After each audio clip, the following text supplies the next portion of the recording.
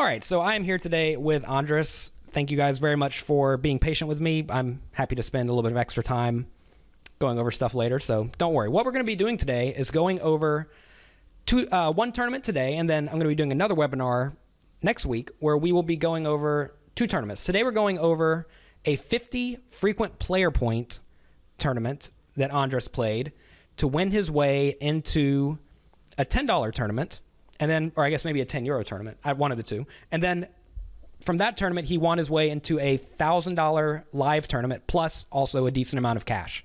So that is what we will be going over today, the first leg of this. Andres, are you here right now? Yeah. All right, perfect. So this tournament was on PokerStars, is that correct? Yeah, the Spanish version of PokerStars, yeah.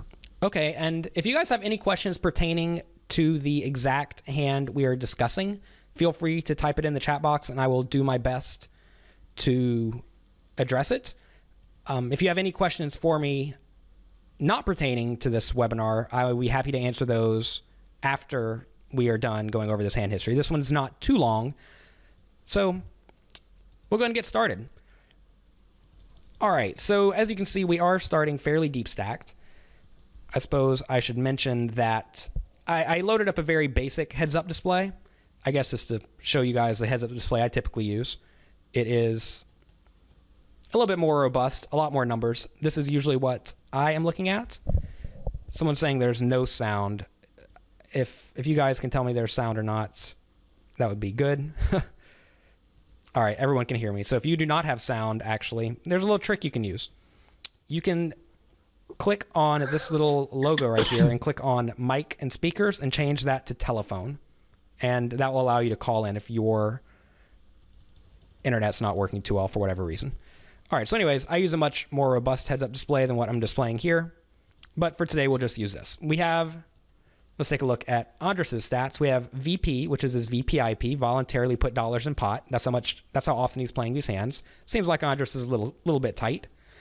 Then we have pre-flop raise, also another fairly tight stat, but that's okay. It's okay to be somewhat snug. Then we have steal percentage, which is how often he's raising from the cutoff and the button. 3-bet percentage, fold to 3-bet, 4-bet, fold to 4-bet, continuation bet, and fold to continuation bets. So this is a relatively basic heads-up display, but I think you probably should be using heads-up display. Whenever I play a lot of tables at a time, I definitely use my very robust heads-up display, and I think that that's a good thing to use. So anyways, let's go ahead and start going through these hands. Hopefully my hold'em manager doesn't crash. It already seems to be going slow. Go figure, huh? Technical issues are fun. All right, so I'm going to be skipping a lot of the hands that he does not put money in the pot with, and obviously these are all trashy hands. There's no reason to put money in the pot. This actually is a satellite. However, in the early stages of the tournament, it does not matter too much that this is a satellite. You definitely do not need to adjust your strategy too much to try to get in the money or anything like that, because obviously we're a very long way from the money. All right, so King 10 offsuit under the gun. Are you usually folding this, Andres?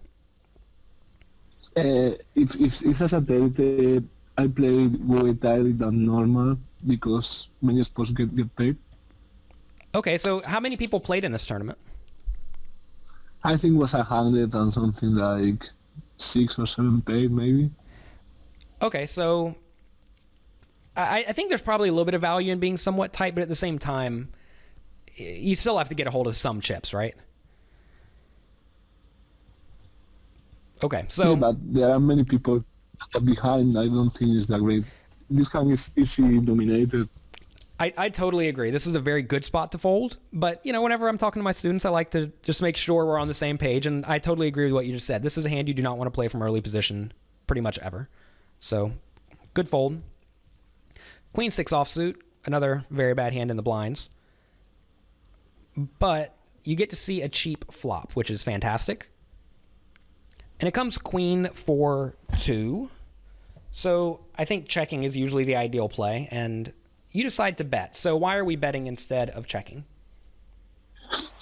Because I think they are folding a lot. I don't think they are really aggressive, and then I'm going to raise me, and if they raise, I just fold. If they raise, you're going to If fold? they raise, probably they got it, something better.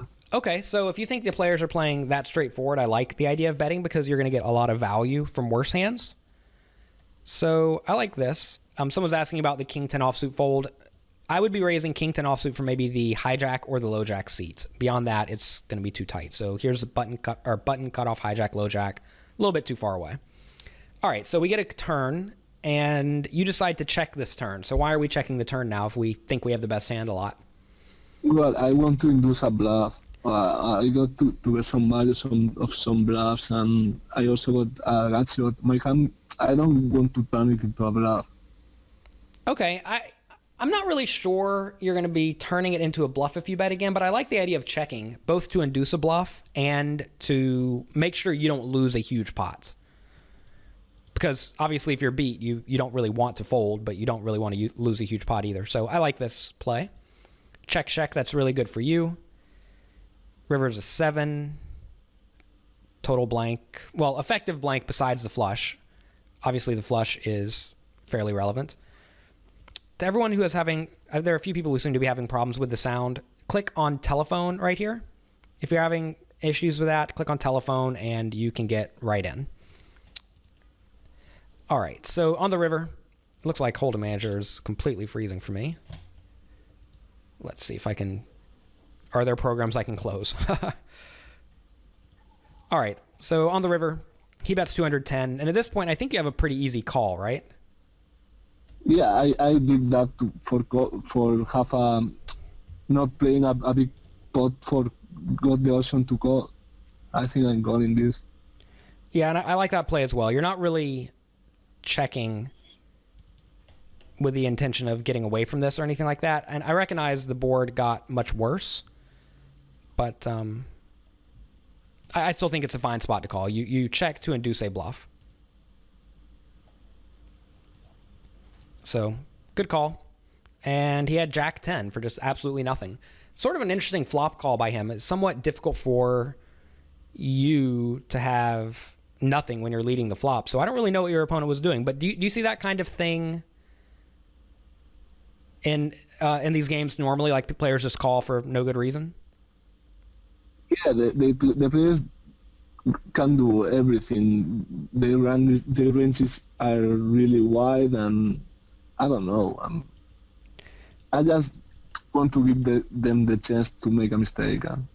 Yeah, I totally agree. And I think you did that. So this was perfect. You bet the flop when you had your opponent drawing thin. You check the turn to let him bluff, and you check the river to let him bluff. So I actually like this hand a lot. So very, very nicely played on this one. King 4 offsuit facing a limp and a min raise. I guess you can fold. King 7 offsuit. You could raise if they fold to you, but it looks like they raise in front of you. Ace 7 offsuit, again, another good fold spot. You don't want to be getting involved with marginal hands like that, so that's all good. Just observing your pre-flop stats, I would probably suggest that you consider getting a little bit more out of line in general, but we'll try to see if there are any spots where perhaps you are not doing that, where I think you maybe could. The stats are really accurate. I think I play more hands than this, but I don't know. And maybe it was just because of the satellite, because late in the satellite, you typically do need to tighten up a lot. So it's probably satellite stats that are skewing things. All right, well, here's a good example of a hand, right? So you could raise this or fold this or call this, and you like to raise. So I like this. It seems like this player, if we look at his stats, 50 VPIP, 11 preflop raise, that means this guy's probably raising his best hands and then limping a lot of trashy hands. And if that's the case, his limping range is very, very weak. So knowing his limping range is very weak, we should definitely raise and try to isolate him and apply a lot of pressure. So Trevor asked, if we raise this and someone shoves on us, what are we going to do? I think this is actually a very, very easy fold if someone shoves on us, because we're going to be very dominated if any of the players shove or the guy limp shoves. I like the sizing. I think 300 is fine. I don't think you need to make it too much larger. I might be doing one thing. I putting pressure on these guys at this moment. They are going to just call you. They don't figure out that ranges and all this stuff. Bluffing is a really risky stuff in these things. Yeah. So so what you're saying is you think if someone re-raises you, they're gonna have a very good hand. No, if they call the thing of a prime pressure on him. Right. So I guess what I'm saying is, say this Rafa poker man goes all in. Do you think? I thought. Yeah. So you think that's probably a strong hand, right? Yeah. Yeah. Okay. But mine is higher. All right. So it seems like GoToWebinar is having problems with the audio. I will try to figure out how to make this work with Skype next time, guys. So it will be better. But we'll do our best with this. All right. So anyways, we get the flop 3 ways. Obviously not great that we see the flop 3 ways. Check, and you decide to go all in. So why are we going all in this scenario? The first thing, because I can revive, and the second thing, because I think they are folding pretty much everything, and their ranges are really wide. I also got a gut shot and overcard. Okay, and I actually don't despise this, but I think I probably would take a different line. I think I'd probably bet something like 400, but maybe this is me playing against different types of players. If you think the opponents will fold stuff like 8-7 to an all-in for a pair, then for sure shove. But I think you're going to run into players who don't fold one pair hands a lot. I mean, I don't know what... The trouble with betting for is if they call for 100 more, they are not going to fold. Right, Ever. so when they call the first 400, they're staying in. Yeah, I probably think this. Yeah, so I think if you play this hand, you have to play it for pretty much all of your chips then, right?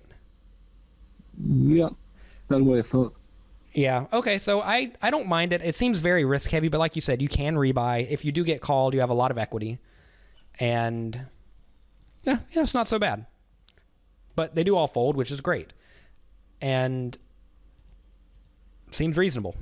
If the people are going to be folding a lot of their hands, I don't mind the bluff, but it definitely seems fairly aggressive. All right, ace-jack suited. This guy calls. You decide to call now. So why are we calling instead of limping? Or instead of raising? It's a hand. I don't want to be re-raised and have to fold or play the hand out of position if I got re-raised for the place behind. And it's suited. It's a jack. I think it's a fine hand to call. Yeah, I think it's actually reasonable because you don't mind letting people in the pot when you have ace-jack suited. I think a lot of people think that you often want to make people fold their stuff. But yeah, I think you want people in here with ace-x and jack-x. Also, so the only reason I would consider raising is because this initial limper is almost certainly limping his weak hands based on his pre-flop stats. Because he has very high VPIP, very low pre-flop raise, so he's limping a lot of trash. If he had a good hand, he would raise. So I'm not really concerned with him. I'm only concerned about players yet to act. And I think I would probably raise this in general to around 300, just like you did on the previous hand. But limping is fine. I actually don't mind limping. All right, so a few other players limp. Guy goes all in for no chips. Trevor asks, do we call with our whole range, or are we just raising premium hands? I mean, I'm actually probably raising a wider range in this spot, but I don't mind limping with some of the better hands, like ace-king, ace-queen, ace-jack, aces, kings, queens, stuff like that. So my raising range is actually weaker than my calling range in this scenario, most likely. All right, so anyways, we get raised, and you decide to re-raise now because you want to lock up the dead money, right? Yeah, and I want to define the ranges really clear. So, well, I mean, I don't... Say someone goes all in. I don't think you can fold at this point, right? Yeah. I think I can fold. I don't know if it depends on the guy. Yeah, I mean, I would have a hard time folding in this scenario, I think. I think if I am raising this to I mean, you're putting in a third of your stack, almost, or 25% of your stack. Yeah. I don't think you can fold once you raise with this. So I would be going with this hand most likely. All right, so this guy calls, which is not shocking. I mean, this guy likes to see flops, right? I think that he's limping all sorts of stuff from all positions. So, you know, your hand's reasonable. He checks, you bet 800. What are you going to do if he shoves on you now. For sure. You're doing what? I'm not folding. Yeah, okay. I agree with that. You got to bear with me. The audio is kind of bad on this for some reason today. Skype was great, but this audio is no good. We'll do our best with it. I appreciate everyone in the chat hanging around with me. Thank you very much. So I think I would probably go all in on the flop instead of betting small, because notice you have a pot-sized bet, right? This is actually very similar to the scenario we just had where you had the ace-6 offsuit. But I think I'm really ahead of his range.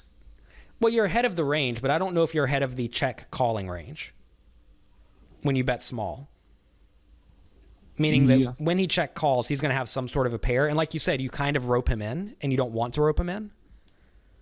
So like if he has pocket fours, he may call the first 800, then call again on the river or on the turn, because who knows why. But he's calling if I shove too.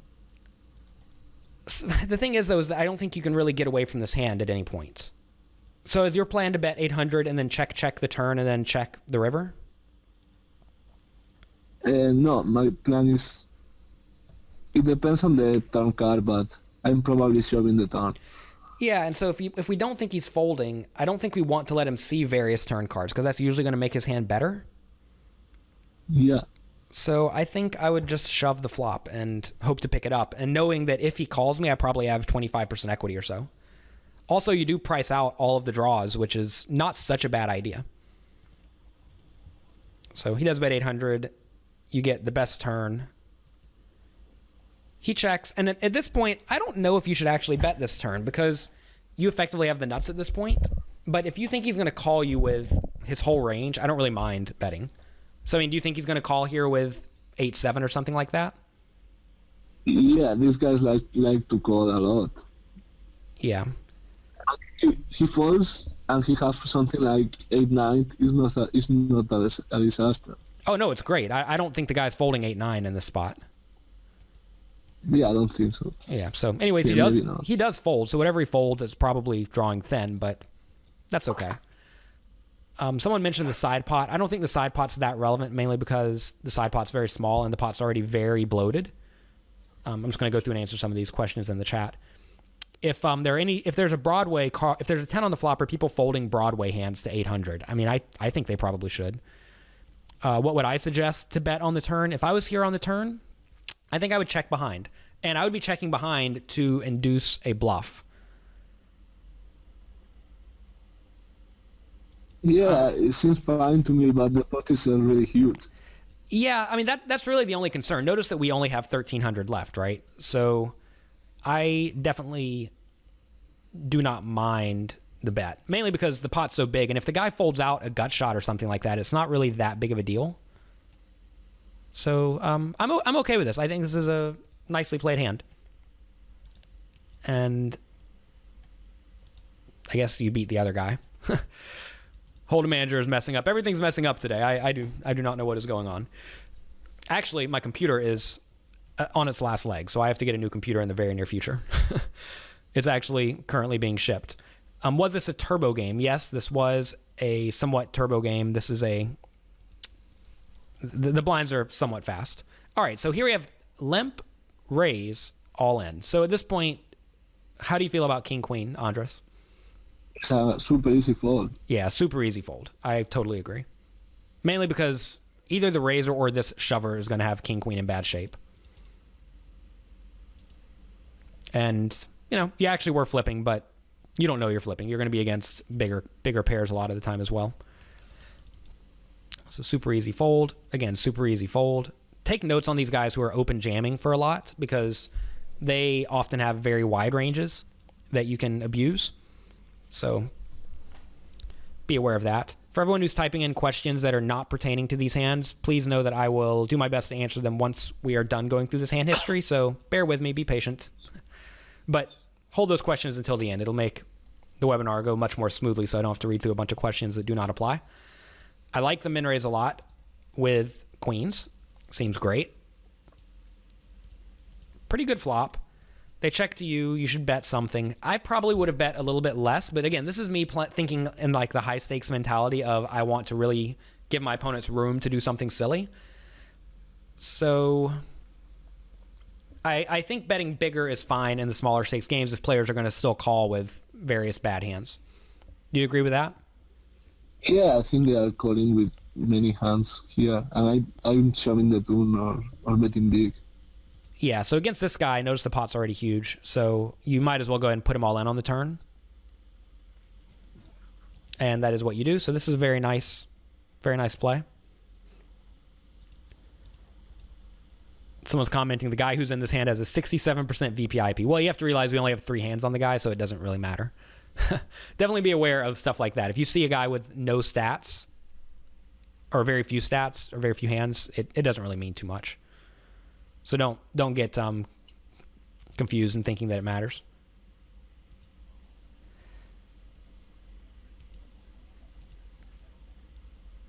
All right, pocket kings. That is a good hand. Okay, so facing a razor, do you usually re-raise this or call? I think the point is re-raise, but not re-raise big, because I want him to call, but I want to make the pot big. I think like 1,000 or 900 is fine. Yeah, I think, and if I was playing a high stakes game, I would probably make it 800, but I think in the smaller stakes games, you can get away with making it a little bit bigger for value. But I like the raise size of making it smaller. Someone asked, when am I going to reply on the forums again? Well, I actually went through and replied to the Float the Turn forum, all of those posts today, and I will be replying to the Jonathan Little question ones tomorrow. Be patient with me. I've been super busy. I've been making this Excelling at No Limit Hold'em book, and it is taking all of my time. All right, so you get re-raised all in, which is great. This guy calls. Obviously, we're jamming, right? Yeah, sure. Super easy all in. Get it all in. Happy as can be. If the second guy falls, is great. Yeah, of course. And I think both of these guys actually played their hands really poorly. I mean, do you agree with that, Andres? Yeah. Yeah, so both of them, neither player should have even been in the pot. This guy should have folded from early position, like we would have done with King 10 earlier.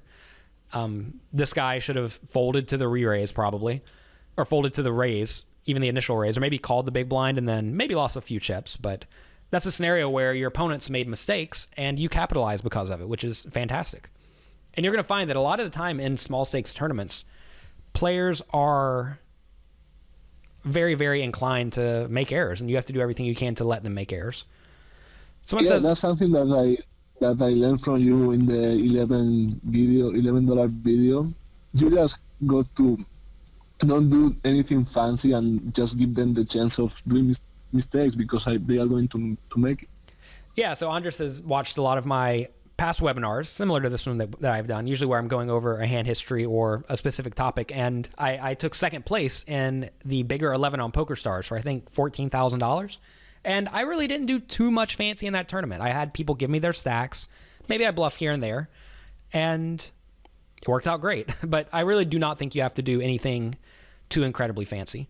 Someone asks in the chat, is there any merit to calling here and then getting it all in on a non-ace board? No, I think that's a pretty bad play, because there's no guarantee this guy has an ace, right? I mean, he had Jack 10 offsuit in this hand. So say the flop comes ace Jack 4 and the guy goes all in and we're folding, that's a disaster. So we are much happier just getting it all in pre-flop.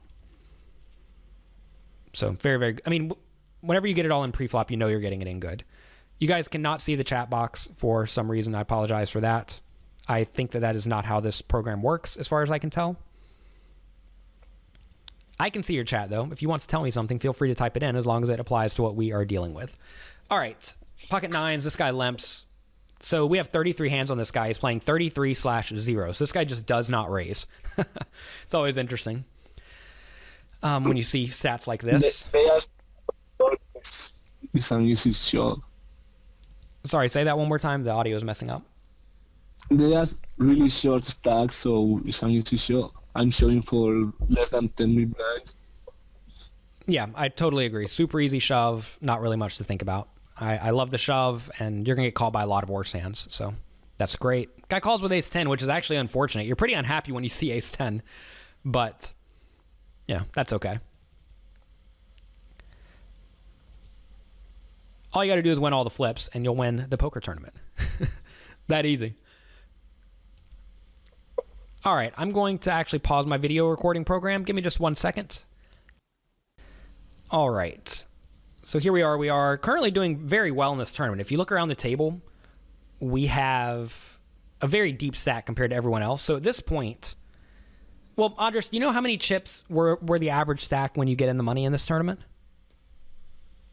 I'm not sure. I don't remember that. Okay, so if you needed to, like, say average stack when you get in the money is something like 15,000, which it very easily could have been. Whenever you get a huge stack like this, you should almost certainly not play very many hands at all, because you're almost guaranteed to get in the money at this point. Does that make sense? Yeah, I agree with you. Okay, so for those who are asking, this is a satellite. It's a 50 FPP satellite into a $10 tournament, and Andres won both of them. So he did get to go play in the live event. So this is a scenario where you really don't want to get involved. Like, say we were in this scenario normally. I think this is actually close to a call, because you need to win 38% of the time to break even. And whenever you have a very deep stack, you are somewhat playing the chip equity and not necessarily, you're not so concerned about bubbling because you're trying to win the tournament. But in a satellite tournament, you don't really care about winning. You just care about getting in the money. So in this scenario, you actually have a lot of incentive to fold. So I would be folding this, as you do. So good fold.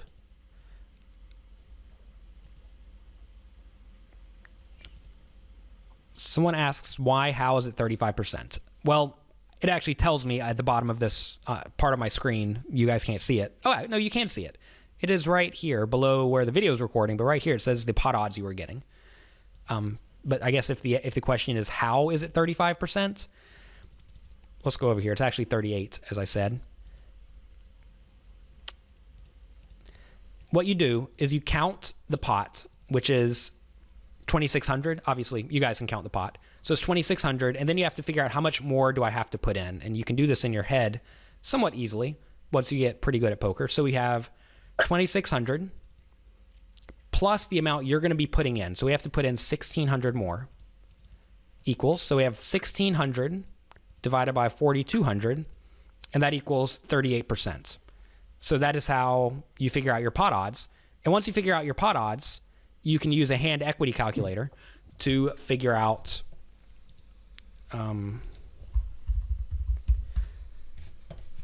let's see if this thing will work. Use your hand equity calculator to figure out how much equity you have, but you should ideally know this because you've played around with this away from the table a lot. You know how much equity you have against a standard shoving range. So maybe a standard shoving range from this guy with this stack size is something like this. Maybe we'll make him somewhat tight to make it bad for me. Maybe he's shoving something like this. And we see our hand actually has 40% equity. And that's exactly what I was saying. This is nearly a coin flip. A coin flip meaning we need to win 38% of the time. And we are going to win 40% of the time. And like, I just knew this off the top of my head. And a lot of people wonder how. And it's because I've played around with a lot of these programs. And I've studied how various hands, like Queen Eight of Clubs, does against a various reasonable range. And this is probably reasonable. And I knew we were going to win about 40% of the time, and I knew our pot odds were 38%, and that's how a pro would figure that out in real time. So you have to do a lot of practice away from the table. Stefano asked if this was not a satellite, would I be raising wide as the chip leader, trying to really push people around? Given everyone has only 10 big blind stacks, I think that it's probably not the greatest idea because all people have to do is wait for hands, but I would be okay with min raising. I think that's fine. All right, so limp call, you like to call, that's fine. I think shoving is also okay.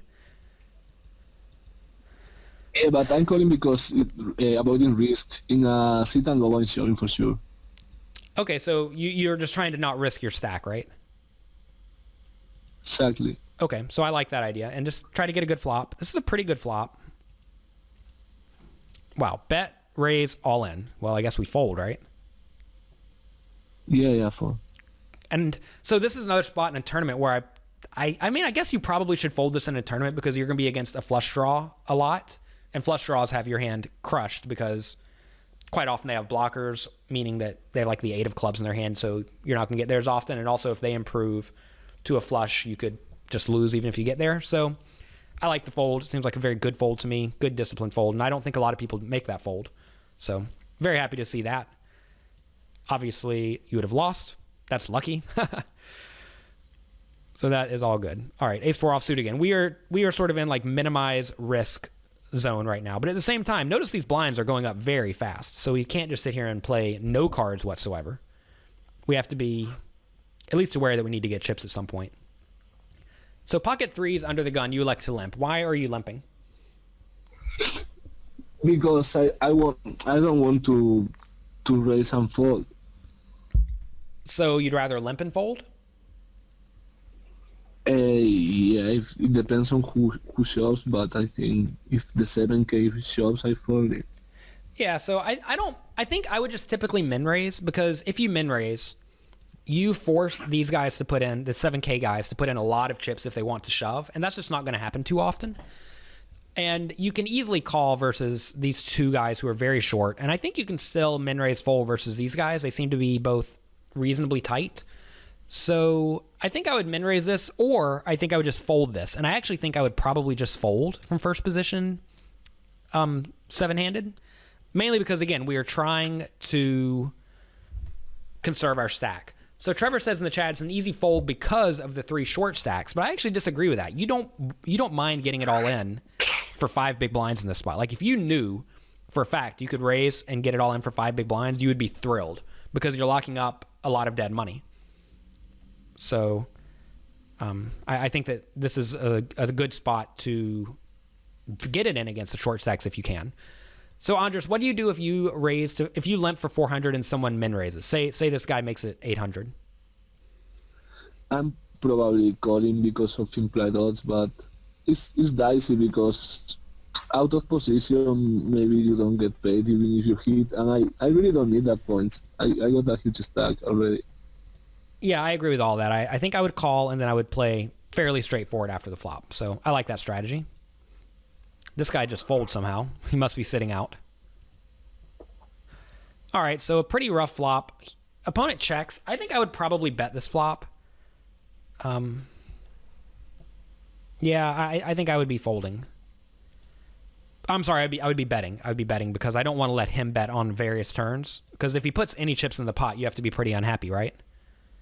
Yeah, I'm folding. Yeah, I think I would take one stab at it. Maybe even bet something like 600 and just try to pick it up. Turn comes, you make a flush draw, yes. But it's not a very good spot. So yeah, I like the fold, but I think I would fire a small bet on the flop. I think that's the spot where you can pick up the pot somewhat often. And you have to realize if you're betting 600, your bluff does not have to work very often at all to show a profit. So maybe take a little stab at the pot. Sorry, go ahead. I agree with you. Okay. I think it's probably a better strategy. All right. Stefano asked on the last hand, with our flush draw plus 1 blocker. Well, we don't have any blockers. Oh, so you're saying that we need 24% equity to call. Would we be priced in versus 3 opponents? Well, first off, one of the opponents could have the same draw as us. Some of the opponents could have blockers to our straight, like one guy had King 10, for example. So there's a card missing. Our overcards are almost certainly not good. So we are really drawing purely to 6 outs, but it's 6 outs and we have to fade the flush cards. I mean, I guess that's what 6 outs imply. It's not really the same as 6 outs. We have 8 outs, but 2 of them are no good. So we can hit and still lose. So say the King of Spades comes on the turn and then the 4 of Clubs comes. We hit our outs at one of our clean outs, but we still lose. So we're actually in pretty bad shape. I imagine if you play with the equity calculator, the one I suggest you guys use, it's a very free, an easy to use and free one. It's called Poker Strategies Equilab. You'll see that you are not in great shape in that spot. And also, like we discussed earlier, we are really just trying to conserve chips once we get a huge stack. So not a scenario where you want to be risking a lot of chips. So someone's asking, why do I say fold with the pocket threes? And that's just because you're in early position and you do not want to get in coin flips against people. Once you get a lot of chips, you want to do everything in your power to not lose those chips. And I mean, in this spot, we started with 2,000, right? And I believe probably 1 in 10 people get a seat or something like that, 1 in 10 spots. So yeah, something like that. So that means average when we get in the money is going to be 20,000. And look, we already have this, right? So all we want to do is maintain or even slowly bleed off. Believe it or not, you do not have to chip up in a satellite once you get to even like 70% average. All right, 10-9 suited. I think I would probably raise this, but folding is perfectly fine. If you make it 800, you have to call this guy or this guy or this guy. And this is another spot, I think Trevor just sort of mentioned it, where you don't really want to get it all in, but I think you don't mind it because there's going to be 400 or so dead chips in the pot. So I would probably min raise this, but I could see folding being the right play if you expect some of the players yet to act to be aggressive. But if you take a look at this guy, he's playing very tight so far. Even if the short stack shop, you are gambling for chips and you got many chips already. And 10-9 is not that great of a hand. Yeah, and that's why I think that folding can never be bad. I guess I just want to make that clear. But if you had very tight players behind you, I think raising is probably best because it's sort of free money. Yeah. But some of these guys seem a little bit too active, at least over our small samples. So I like folding. Folding's fine. King, queen under the gun, same story. In a regular tournament, I would raise this pretty much every time, but at this tournament, it's a very good fold. Stefano ran some equity. He said, I'm right. 23% equity against a flush draw and queen jack. If one of them has a set and one of them has a flush draw, we only have 15% equity with that queen jack. And yeah, that's why you want to get out of the way. So Stefano's doing the right thing over there on his end, going there, doing a little bit of work on the side, and getting better at poker. And that's what I hope all of you guys do. I hope you guys take this training webinar and apply some of this to your game. Get out there, study, and find spots where you need to be getting out of the way or getting involved. All right, so limp for all in, call. I think checking's fine. I think shoving's probably not bad. But if I saw this guy's stats of 14/3, I would check as well because this player is very, very tight. And, we flop a gut shot, whatever. We'll check down.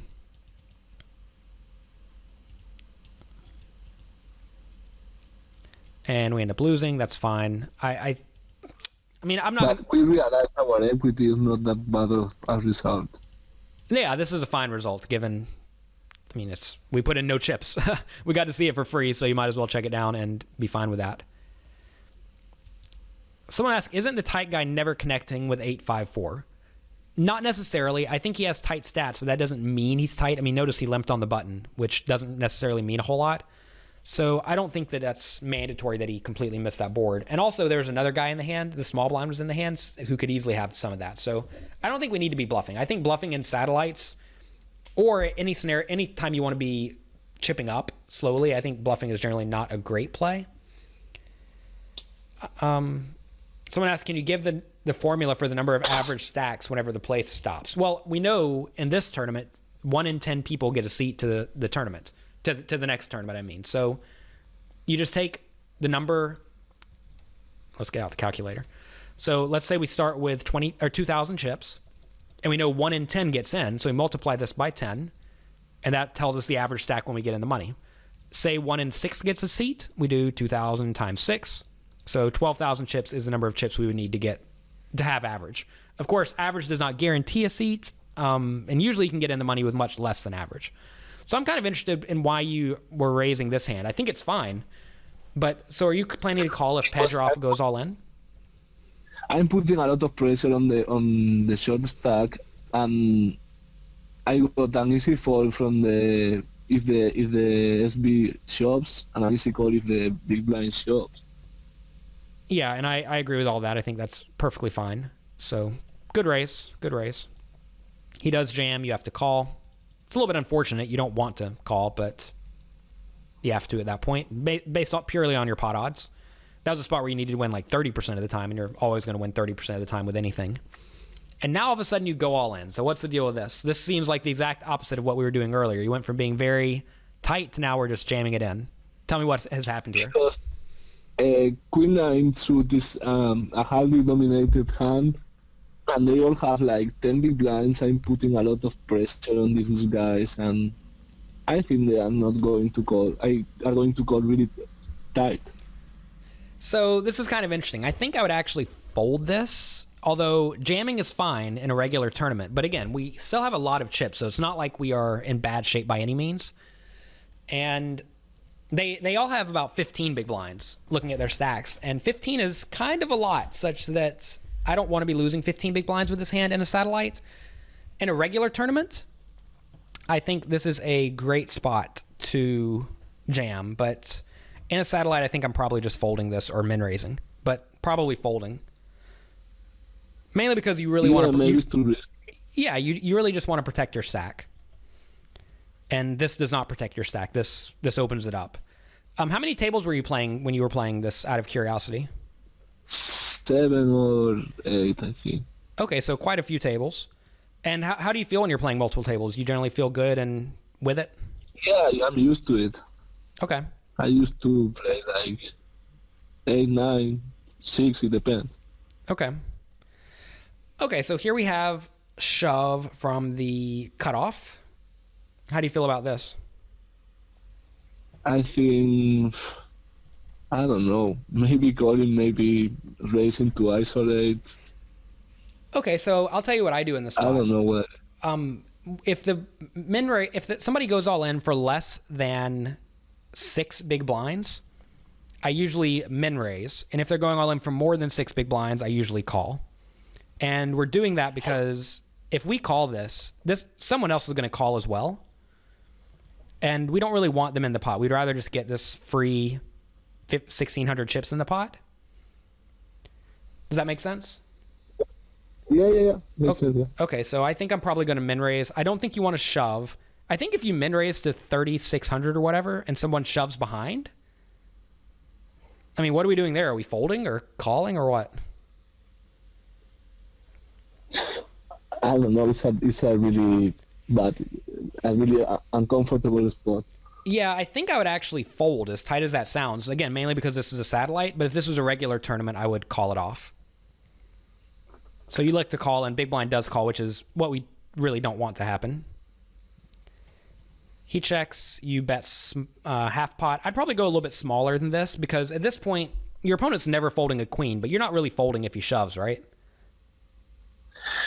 I don't think so. Yeah, I don't think so either. So I think we have to sort of resolve that we are playing our hands like it's the nuts, or a hand that we're just not folding.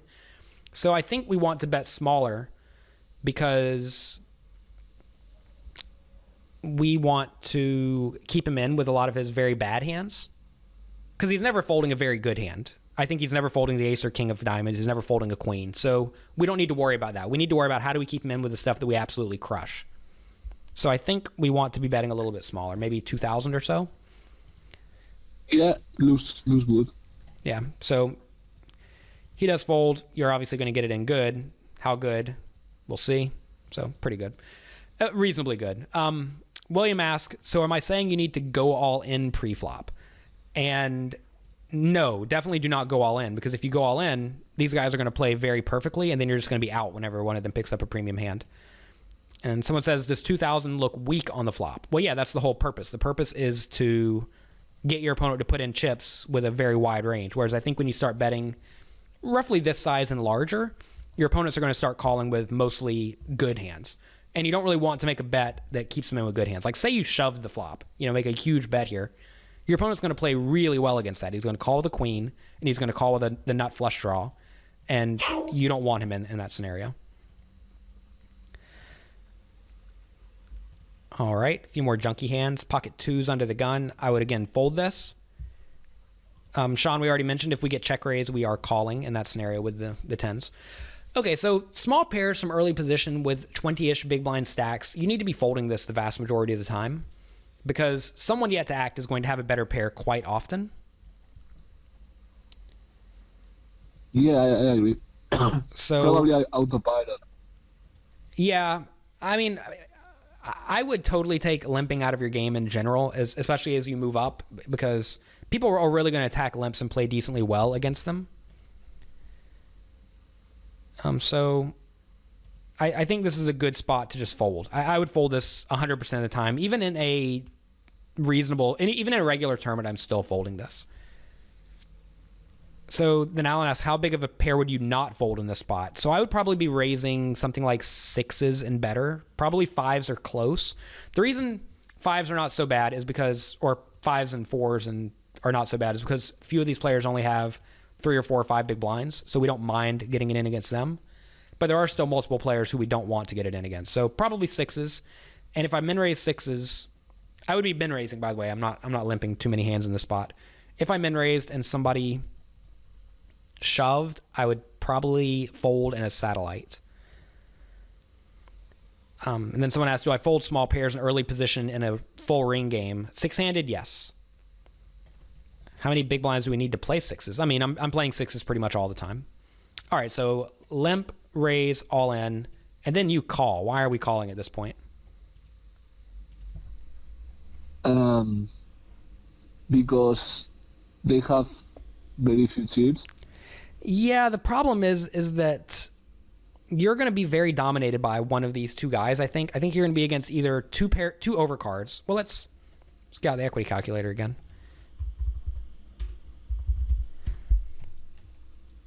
So we have pocket twos.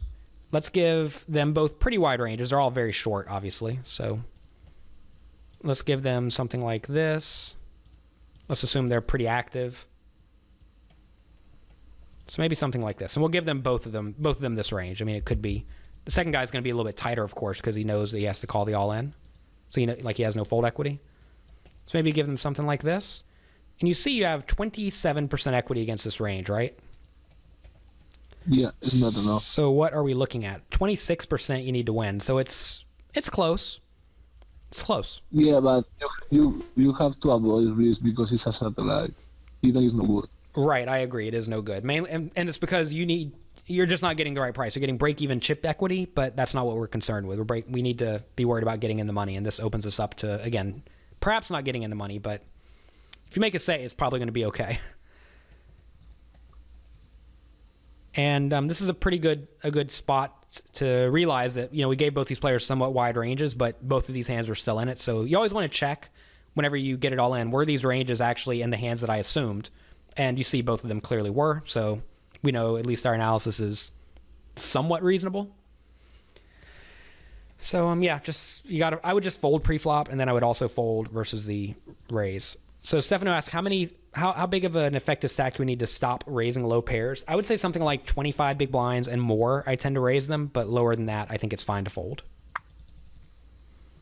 Also, it's fine to fold small pairs all the time from early position. If you start folding 2s, 3s, and 4s from under the gun every time, I don't think it's that big of a leak that people are not going to be beating you because of that. You have to realize you're playing those hands mainly to make your premium hands more valuable. Oh, yeah. The one I don't know how to play it, really. All right. So ace king, all in, call, raise. So what do you think about this one? I'm calling because ace king is too good, and I don't want to. I want to see the flop and see what develops. All right. I think I'm probably shoving, but maybe that's crazy. You know what? That probably is crazy. I actually do like calling, and the reason I like calling for the same reasons you just said, that it's too likely that one. Well, it's not necessarily likely to have you beat, but you don't want to put in your stack without a very premium hand, and we have a flip if we get called, and we obviously don't want to flip. Guys shove, they just got a really strong hand, Right. Or that crazy. So you got an easy fold. Okay, so he bets. I guess we're calling, right? I think I shove. So at this point, I think you're going to get called a lot, But got a really good hand, and you are putting a huge pressure on them. That's definitely true. But again, I think this goes back to the whole satellite principle of we're probably nearing the money and we don't really want to do anything out of line. But at the same time, I mean, if this was a regular tournament, all in every single time, no problem. I totally agree. I guess if you know that this guy is going to fold a lot because we think he's active, I mean, if we look at his stats, he is definitely an active player. I don't mind this as much. I mean, I don't think this can ever be bad because we have fold equity. It's not like we're calling it off or anything with the flip. But you have to be careful in this spot. You really don't want to go broke when this guy calls, ever. Obviously, you do have a great hand, though, so this just has to be fine. You're right. How could this not be great?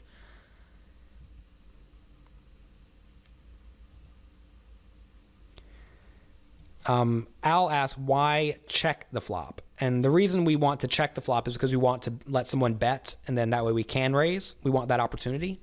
If we bet and someone calls and the turn is a 6 of spades, we are not particularly happy. So, And if he checks back, it's great too because you see a free card. yeah, I definitely like checking. Checking is by far better than leading in this scenario. Someone said they like this webinar. I think it's great because this is how people play in live tournaments less than $200. And yeah, I agree. Al says, what if someone goes all in? Well, I guess you would fold at that point.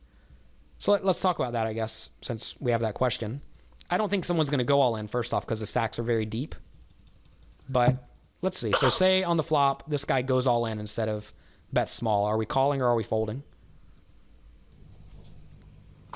I think it's a fold because it's a satellite, but I don't see me folding this, but probably it's right to fold. Yeah, I agree. I actually think it would be a fold in this spot. Again, because it's a satellite, you're probably getting roughly a break-even price and maybe a little bit better. But you want to have a very big overlay whenever you are calling it off. So I like that idea of folding in that scenario.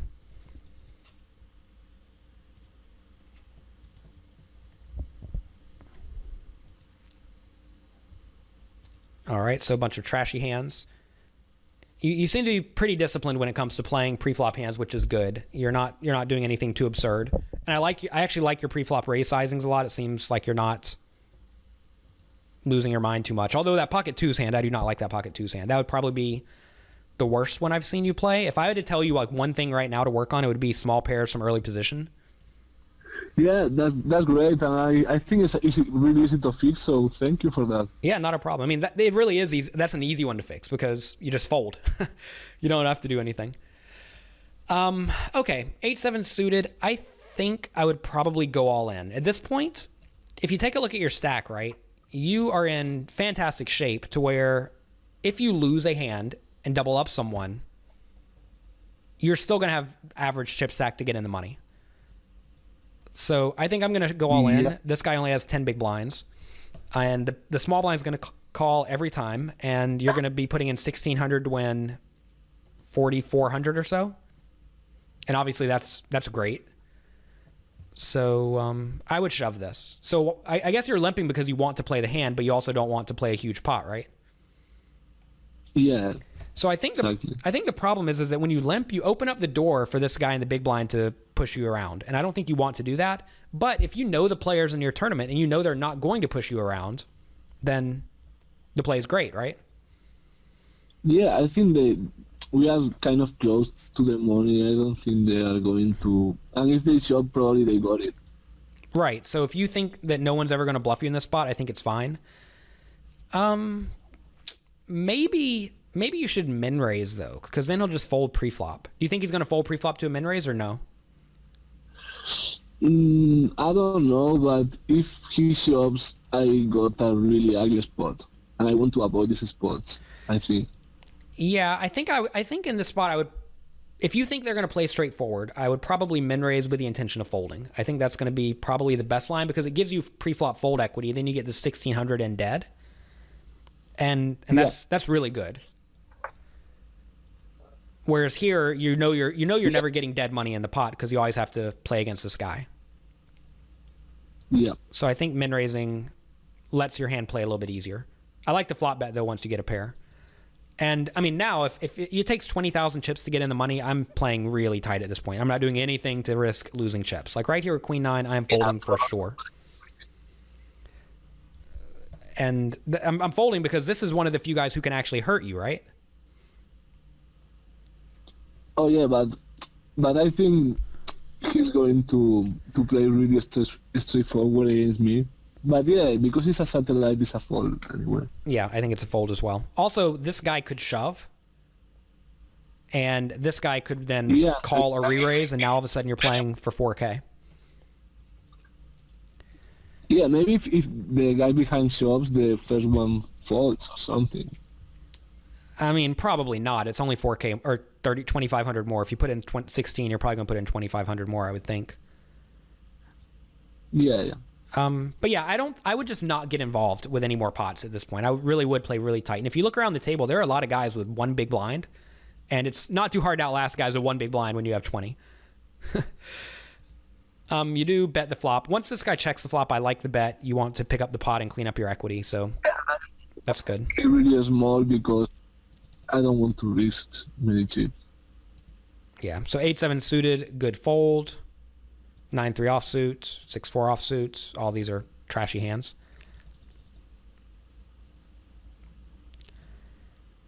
Limp check. I would definitely not put much money in the pot unless I get a very good hand in this scenario. And this one's obviously no good, right? Yeah, but actually I don't care because I know I just like having fun because I know I'm going to qualify, I think. Well, you say that, but I've actually had satellites where I've had something like 2 times average early in the tournament, and then I just didn't. And it was... Yeah, maybe it's true. I was so devastated. I remember I was in Australia playing, and I'd already qualified and won my seat once, and I was playing again, and I think you start with 10,000 chips, and I got up to like 180,000 so fast, and then I just lost them all. I was so unhappy. But happens sometimes.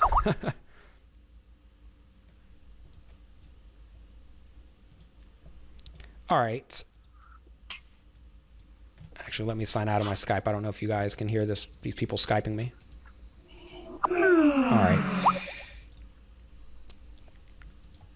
All right. Okay, jam, you fold. So again, you're probably just going to go into very tight mode and get in the money, no problem. And then play the next one.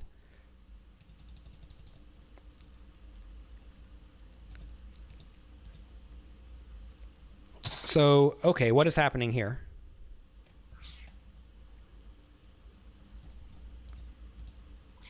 I don't know. Maybe I don't know. It doesn't make sense to me. But Does not make sense to me either. Maybe you're having fun, like you said, because you think you have your seat, but I'm not getting out of line here. 2 left or 3 left or something like that. So, I guess I just want to make it clear, there is really no room for doing stuff like this. You do not need to do anything like this ever. Ever in a million years. There's no point in making this play. So I recognize that maybe there's value in having fun or whatever, but you don't got to have fun. You just need to get your seat. I agree with that. Get your seat, then go to sleep and come back the next day.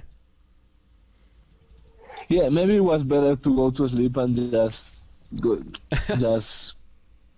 the software and just go away. Yeah, I really don't think you are going to qualify anyway.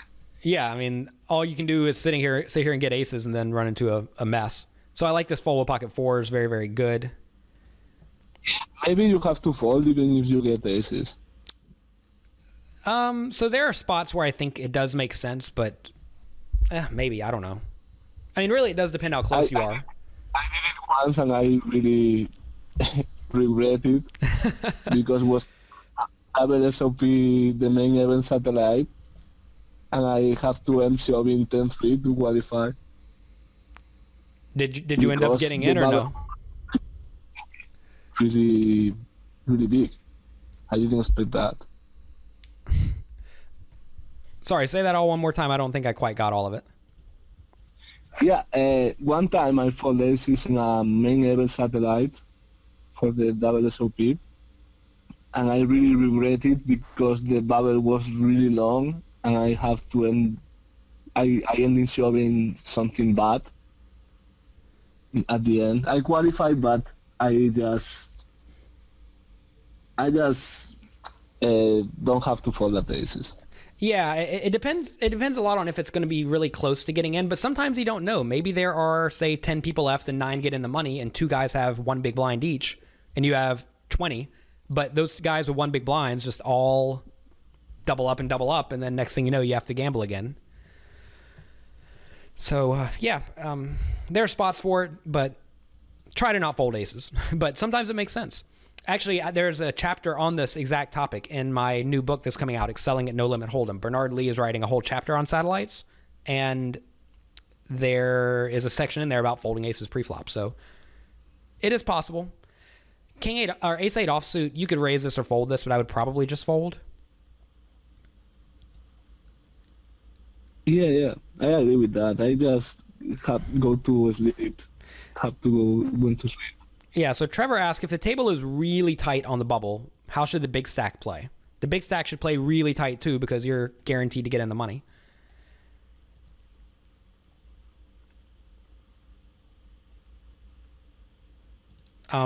My book, Excelling at No Limit Hold'em, that is the book that's coming out in June for those who are asking.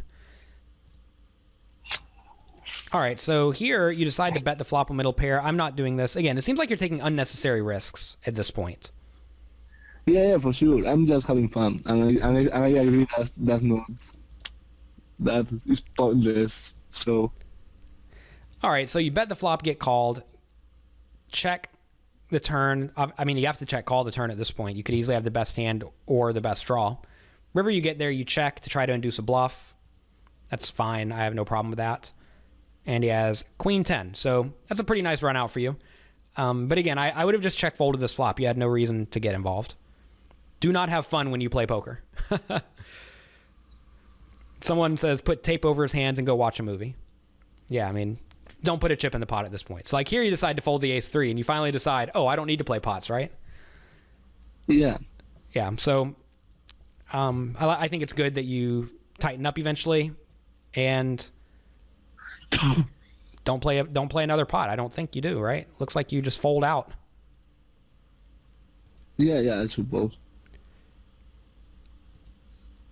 Oh, so you are playing a pot here and there. Let's see what happens here. So they give you a walk. That's how you can play the pot. You're in this big blind and they just give you a walk. That's nice. Fold you in the small blind. I would shove this one.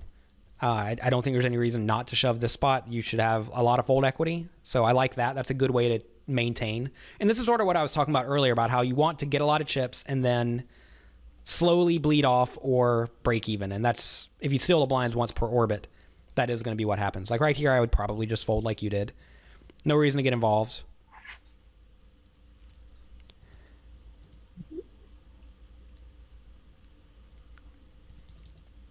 King, queen, offsuit. You just fold under the gun. That's great. And it looks like you're just going to coast right in. All right. Easy game. All done. And that was it. I think you fold this king, queen hand, and then you get in the money just like that. So congrats on that. And congrats also on winning the next one. And you have anything else you want to say before I hang up with this and then we take a lot of questions from the viewers? No, just thank you. I appreciate your comments, and I just find a leak with the small pairs, and I've been abused. I now realize that in the higher games people just raise it because they know what you are doing. Right, and that's definitely a leak you need to cut out. So congrats on finding that leak, and also make sure you're not just doing random plays because it's fun later in the tournament. So make sure you cut out that as well. Yeah, I have to fix that. But I mean, that's easy as well. Just don't do silly stuff. You do not have to make silly plays. That's pretty much the gist of it. All right, so I'm going to go ahead and hang up on you, and then I'm going to answer a lot of questions from the viewers. So thank you very much for being here. I appreciate it, and I will talk to you next time. Thanks to you. See you. So before we move forward, I did want to tell you guys about my next webinar that I'm going to be doing. And I'm effectively calling it the Name Your Own Price webinar because I've had a few people tell me, oh, your webinars that are $97 are too expensive. Even though, people like Andres paid for the $11 win tournament and he ended up running it up into a live poker event.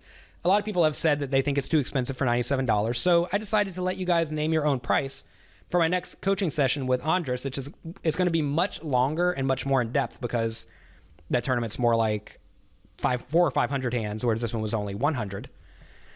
So I decided to let you guys do this. Someone said Progressive Insurance is going to be pissed. They easily could be, but that's okay. So this next webinar, I tried to make it at a time that works out for pretty much everyone. It is going to be on April 18th, which is a Saturday, at 1 p.m. until 5 p.m. Eastern time. It probably will be a 3 or 4 hour webinar. And I mean, personally, I feel like $97 that I usually charge for my webinars is a bargain. But again, if you don't think so, feel free to enter whatever price you want. This really is just an experiment. And if I get a ton of people paying $1 to get in, I'm probably never going to do this again because you guys will ruin it for yourselves. But if most people pay a reasonable amount, and I realize, like if you play $1 games online, $97 is too expensive for a webinar. It's just not worth it for you at that point of your progression. So, pay $5 or $10. But if you typically play $1,000 live tournaments, it probably really is worth $100 or $97 or more, really. I know that throughout my coaching career, I have paid probably $25,000 at this point for poker coaching, and it's been well worth it. So I wanted to let you guys get into one of my more exclusive webinars at a price that is reasonable for you.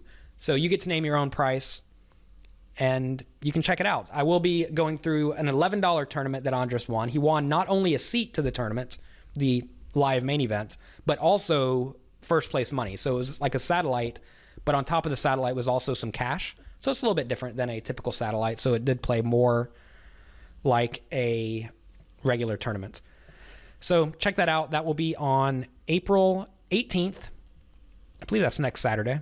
Yeah, next Saturday at 1 p.m. Eastern time. So be sure to check that out. JonathanLittlePoker.com/name-your-price. All right, so you guys have typed in a lot of questions throughout this webinar so far. So let's go through them. Chris asks, how much should you be willing to gamble during the rebuy period? And I think that depends a lot on what your goal is. I mean, if you're trying to get in there and get a big stack, feel free to gamble. But personally, in all re-entry tournaments, which are similar to rebuy tournaments, I do not gamble hard or anything like that at all. I play my very standard default strategy. But what I will do is whenever the re-entry period is very close to ending, if I have something like 1/3 of a starting stack or less, I will gamble pretty hard with it, because usually that's the point where it makes sense to pay money to rebuy. I think a lot of players, it's actually very comical. You see guys with a starting stack and think, oh my God, I'm so short, because a starting stack is only 15 big blinds or something at this point. And they really don't want to come back with no chips on the next day. But it's not a good play. You have to be willing to make good plays based on your equity. Trevor asks, what do I think of the new stack levels at the series? I honestly don't care about that kind of thing. I tend to not worry about that. How much do I charge for one-on-one coaching? I charge $300 per hour, although I tend to not take on new students most of the time because I'm busy with stuff. I actually am not a big fan of one-on-one coaching for the most part. I mean, doing some of it's great, and I probably coach 5 students per week for about an hour each. But I am much happier doing live webinars like this where I can help out. Like right now, there's 170 of you in this room right now, and I would much rather help out 170 people than one person.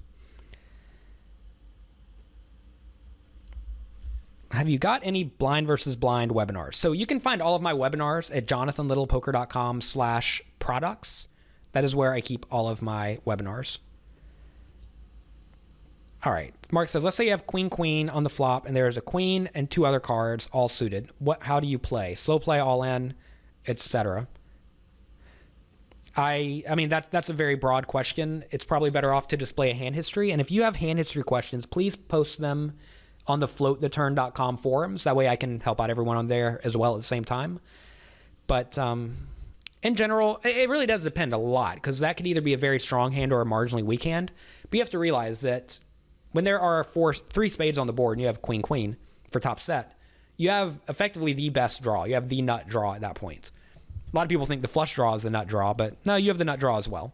And be aware of that. So generally don't fold it too often. At what VPIP do you become too nitty? I mean, let's take a look at this table real quick. You'll see that this guy playing 14/3, this is very, very tight. It's hard to be much tighter than this and actually show a profit. Although in a satellite over a short period of time, it could make sense. You have to realize, looking at these stats, this top right-hand corner on everyone is the number of hands they've played. 19 hands is nothing, right? So we can't really deduce too much from this.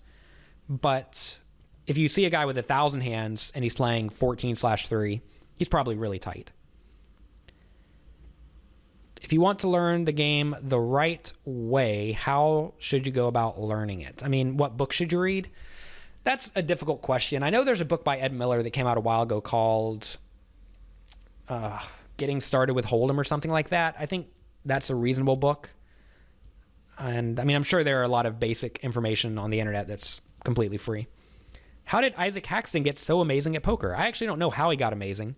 You say, do you know about his upbringing in poker? Well, his dad actually wrote a book. I don't think it talks about him playing. I mean, it must talk about him playing poker some. I don't know what the name of the book is. I think it's called Poker Hearts or something. I don't know. But check that out if you actually care about Isaac in particular. Someone says that they're a member of Float the Turn and they have most of my online stuff. Well, thank you very much for that. And you say you notice when playing small stakes online tournaments like $20 and less that most people play relatively straightforward. And I think that's actually accurate. You can make much bigger folds in small stakes games than you can in big games because guys do not bluff in some spots.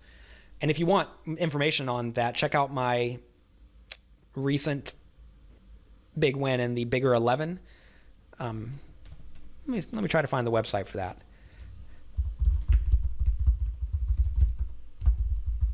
I think it's jonathanlittlepoker.com/bigger11. You can go there and I think you can see a preview video of, anyways, I take second place out of like 15,000 people or something like that for $15,000. So it's pretty fun. Do you play 20 games in a tournament live on the side? I'm not too sure what that means. No, I play 20-ish tables whenever I'm playing online. That's just how I do it. Do I randomize stuff like Harrington suggests? Absolutely not. I randomize stuff based on what I think is good at the moment. Is it best to rebuy right at the start of a tournament? If you think you're better than your opponents, you always want to have more chips than them. And that applies to both cash games and tournaments. How do you abuse a guy who's open shoving 20% of hands? That's a good question. That actually came up earlier where one of the players was playing fairly actively jamming a lot of hands. Really, you just want to play tight and wait for good cards. You don't have to get too involved. All right, Jordan typed me an essay. Let's see. He's playing a low-limit MTT, and a player under the gun limped and had ace-jack from middle position. Or you had ace-jack and also limped with 35 big blinds. A short stack player with 8 big blinds shoved on the button. Under the gun called, you ended up folding because of the awkward spot with the under the gun guy who had ace-8 offsuit. Then you felt stupid because you did not isolate raise with the ace-jack. Okay, so yeah, you should. I probably would have raised there. Let's see. Limping ruins your hand strength multi-ways sometimes. I actually disagree with that. I do not think limping completely ruins your hand strength. I think that you just have to play relatively well. So William posted a hand, but I cannot go to websites right now. So William, if you... Oh, it looks like you posted this in the Float the Turn forum. So yeah, I'll reply to that tomorrow. What are the colors on the heads-up display mean? Honestly, those are default colors. They probably don't mean too much. Someone says they really like that I do not have fun while playing poker. I mean, fun is very quantifiable because to me, winning is fun. And if I can win, what more do I want, right? That is exactly what I'm going for. I'm happy. Fun to me is not playing in a manner that gives away money. Like, so do you like giving away money to random people on the internet? No, I do not. So that is not fun. But winning money is fun to me. Let's see what else we have. Can I talk about Twitch, the Twitch poker fever?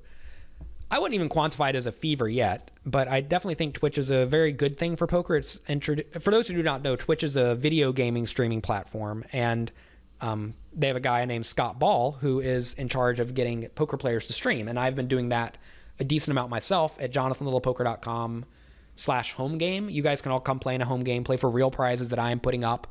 Real prizes like World Series of Poker, a World Series of Poker seat, $500 in cash, stuff like that. So if you want to play for free with me, go to jonathanlittlepoker.com/homegame to check it out. But I think it's a really good thing, the whole Twitch fever. Let's see. What about hands like King, Queen from early position? Do we fold those? I tend to raise them, but I think that you do not have to raise them. Someone's saying thank you again for this. I appreciate it. Thank you guys very much for being here. Heads-up display suggestions. So I've been using this heads-up display recently, and I am loving it. However, it costs $99, so I realize it's not for everyone. It is called the Assassinato heads-up display, and you can actually get it at jonathanlittlepoker.com/HUD for HUD.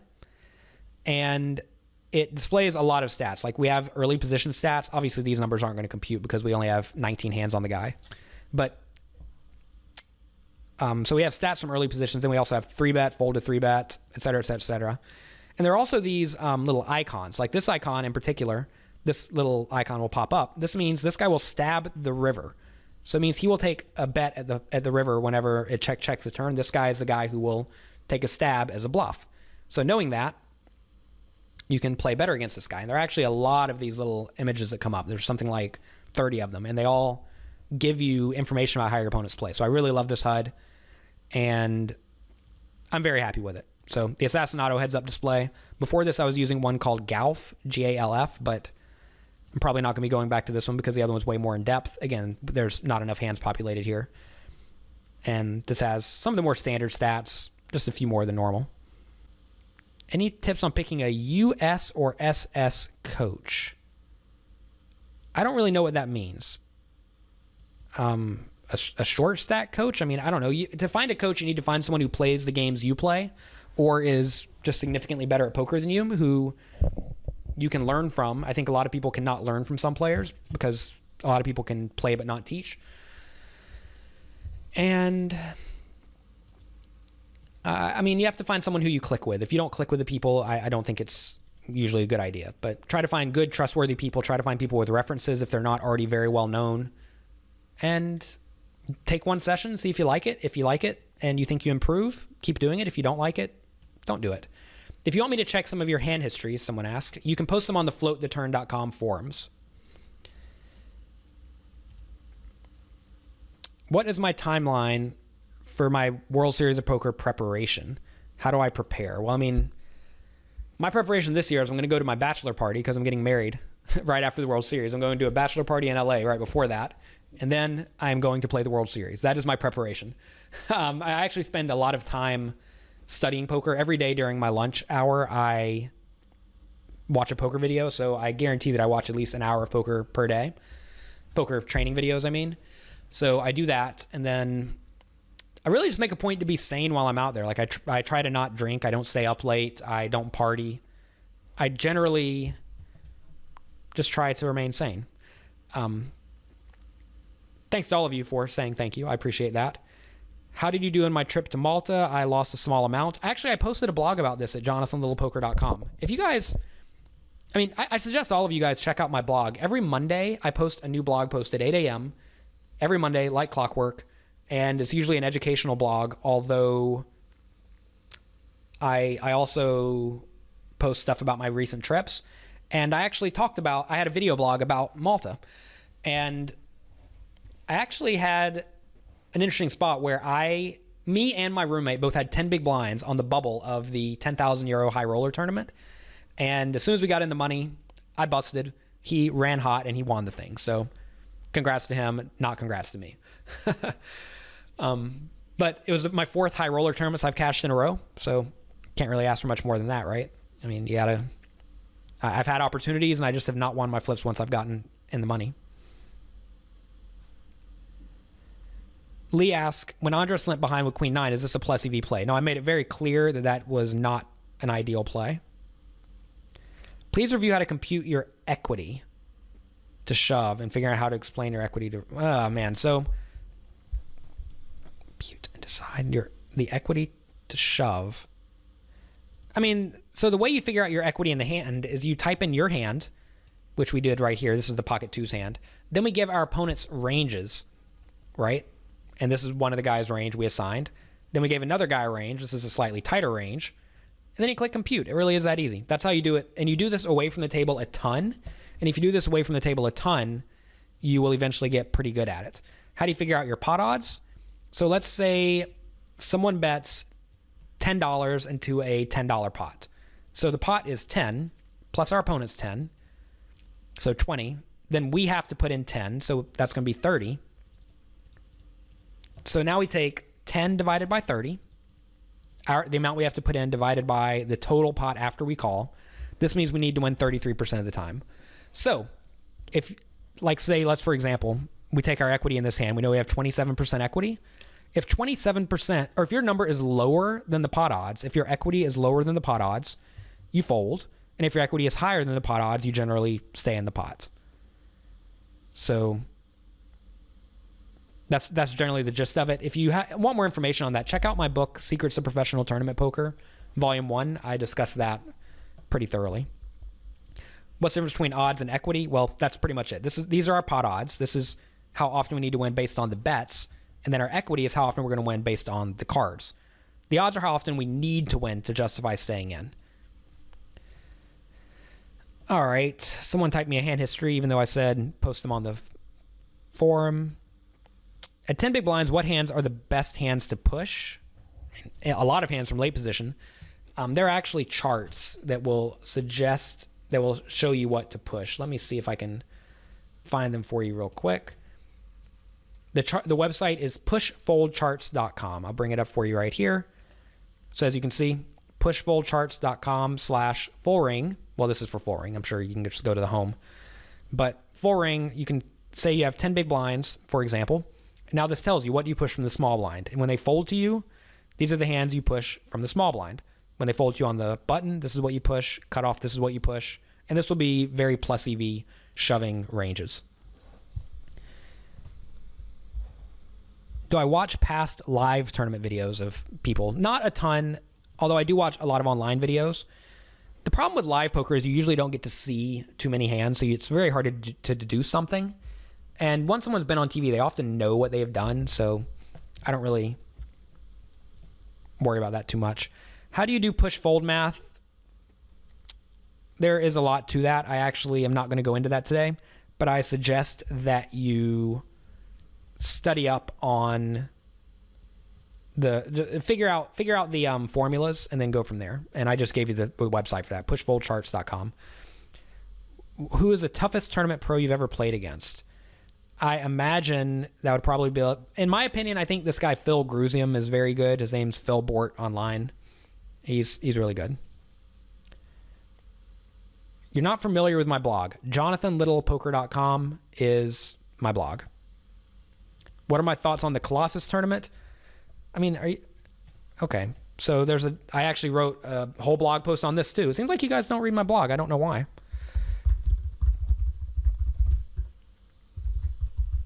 JonathanLittlePoker.com/monsterstack. I wrote a whole blog post on this thing last year because it is not a good play for amateurs. So here it is, JonathanLittlePoker.com/monsterstack. And I go through and explain a lot of math that says why, assuming you're not actually a good player and you're playing for money, why this is not a great tournament. So my blog posts are typically like my card player articles, except for they are much longer and more in depth. Do I sell pieces to the main event? Nope. Tell us where your blog is online. JonathanLittlePoker.com. Here it is. JonathanLittlePoker.com. You can go there and I have all of my stuff there available for you. Phil Bort is the guy's name, B-O-R-T. Let's see. How do you play small and middle pairs at an active table? Do you play straightforward depending on the stack sizes? So I very rarely play in what I would consider a blatantly straightforward manner. I think that that's generally not a good play. I tried to mix it up a little bit here and there. Like say I have pocket threes, right? So say I raise, someone re-raises, I call. If the flop comes 7-4-2 and they bet, I'm probably check raising because I want to be check raising with more than only my nut hands, right? On 7-4-2, I want to be check raising all sets. And that is a scenario where I should have a lot of sets when I check raise, but if I obviously am doing it only with sets, my opponent can play well, he can fold, and then his life's easy. So you have to add in some bluffs. Ulysses posts this hand history question. 2-5, 10 no limit. Effective stacks are 1,445. 5 players see a flop. Flops $50. So this doesn't even tell us a lot of the information because we need to know where people limped from. Ace Jack 4. Villain bets 200. You're on the button with pocket fours for a set and raise to 500. Villain calls fast. Turns to 7. He checks. You bet 400. He calls. River's an ace. He leads out all in 495. Is this a no-brainer? That I'm getting 4-1. You got to call, man. At this point, you're getting amazing odds, and you could very easily be in fantastic shape. So you just got to call. Do I coach heads-up poker? No, I do not play much heads-up poker beyond sit-and-goes that I used to play. I used to be a winner in the $1,000 heads up games on Stars like 5 years ago, and I feel confident enough to where I do not need to study heads up too much anymore. But no, I don't do that. If you want a pretty good chapter on heads up no limit, check out, again, Excelling at No Limit Hold'em. You can go ahead and pre-order it on Amazon, actually, and it has a chapter by Olivier Bousquet, who is perhaps the biggest winner in heads up sit and goes. So check that out. Someone's asking how to deal with taxes on your first big cash, talk to a tax advisor. Will the next webinar will be recorded? I think it will be, although, again, you got to name your price, and if you name your price, you probably will be getting the recordings. How do you adjust your strategy based on stack size? Check out Secrets of Professional Tournament Poker Volume 1.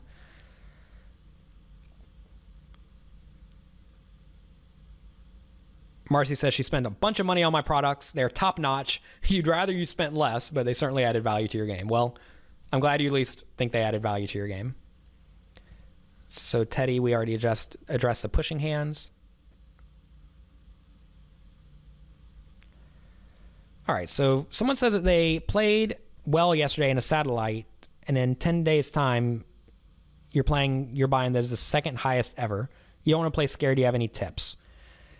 I mean, you just have to go in there and play every tournament as if it is the only tournament that matters, and don't do anything absurd. Just go there, play good poker. That's what it amounts to. Do not think about the money when you're playing. I mean, one time I got to go play a tournament that was a 100,000 pound buy-in, which was something like, I think it was something like $220,000, and that was by far the biggest buy-in I ever played. And I ended up bubbling. I got it all in with aces, and I lost, and that was fine. And I was okay with it because I recognized I played well. I had a good shot to do well, but it just didn't happen, and that's okay. And I think you just have to go there, play your best. And I actually realized in that tournament, a lot of people were playing over their heads, and I actually played pretty loose aggressive. I played pretty laggy. I had Phil Ivey on my right, and I was three betting him every time he opened because he was playing straightforward. I had Sam Trickett on my right, and he likes to fold on the river, so I was bluffing him on the river a lot, and it was fun stuff. Do you have a group rate coaching price? Not really, but I imagine you can email me and we can talk about that. Positive Poker, my book with Trisha Cardner, has turned your life and poker grind around. Well, if you guys want to get my books, a few of them, on audiobook for free, you can go to jonathanlittlepoker.com/free, and you can get those audiobooks. What are your favorite small edges against the other pros? I mean, I feel like you guys do not read my blog. I actually posted a whole blog post about how to fight against world-class poker players. And then, I'll show you where to go. You just go to my jonathanlittlepoker.com, click on blog, and then here I have a lot of my posts. So we'll scroll down. So it's not on the first page. It's not too old of a post. We'll go right there. Let's see. Not on this page either. So you may have to dig a little bit. There are only 10 pages, but you will get here. You will get there too. So here it is, Adjusting to World-Class Players. That is an article I wrote purely about this. And I actually posted a picture of this table I played at the PCA. Those are all very, very good poker players. Ted says, what's a good resource for heads-up cash games? Check out HUSNG.com. They have very good training videos.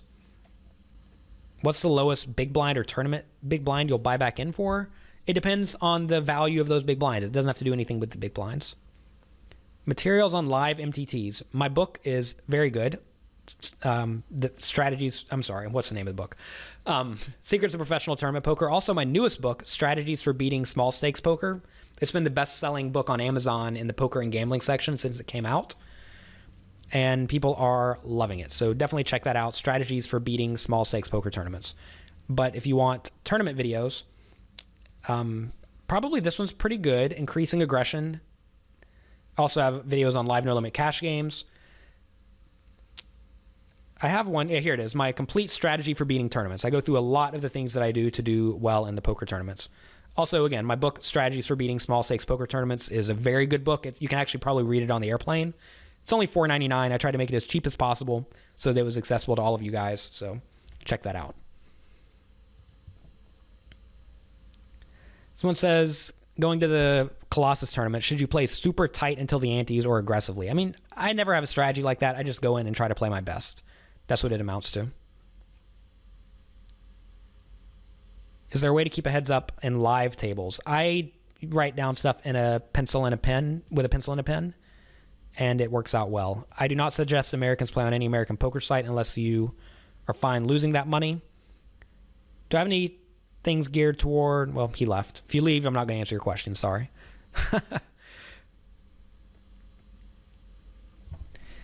Best cash game coach for low and small stakes World Series events. I mean, I guess I'd go to the 2+2 coaching forum and probably look there. I think that's probably the best option. Oop, I just deleted the last person who typed that in. Whoever just typed in something, you got to retype it. How is game theory optimal different from your concepts? Game theory optimal assumes your opponents are going to play perfectly and you are adjusting to make it to where they cannot beat you. A lot of my stuff assumes your opponents are going to make mistakes, and I'm teaching you how to beat your opponents.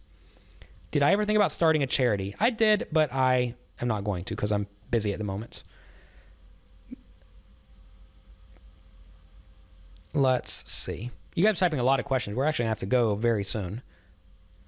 What training videos do I watch? I watch all of them that go on to floattheturn.com. I also watch videos on Run It Once. I think those are pretty good. Should you play live poker in California? Nope.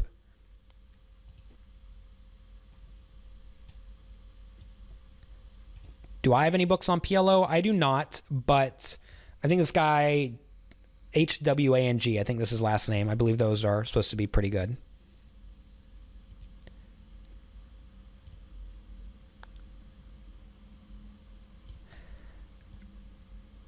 All right, so I think I'm going to wrap it up today.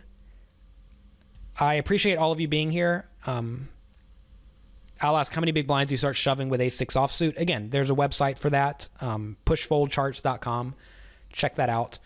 Remember, you know, I'm trying to make my poker training webinars accessible to as everyone as possible, and I'm doing that by the way that you guys can name your own price to get in this webinar. I've not done this, and I hope that it's successful in that I hope you guys list reasonable prices. If you list unreasonable prices like $1, I'm probably not going to be doing this too many times because obviously this takes a ton of my time and it takes away my Saturday. But I'm happy to do it for you guys. If you want to learn, I'm more than happy to help you all. So we will be going over this tournament with Andres, the $11 multi-table tournament he recently won.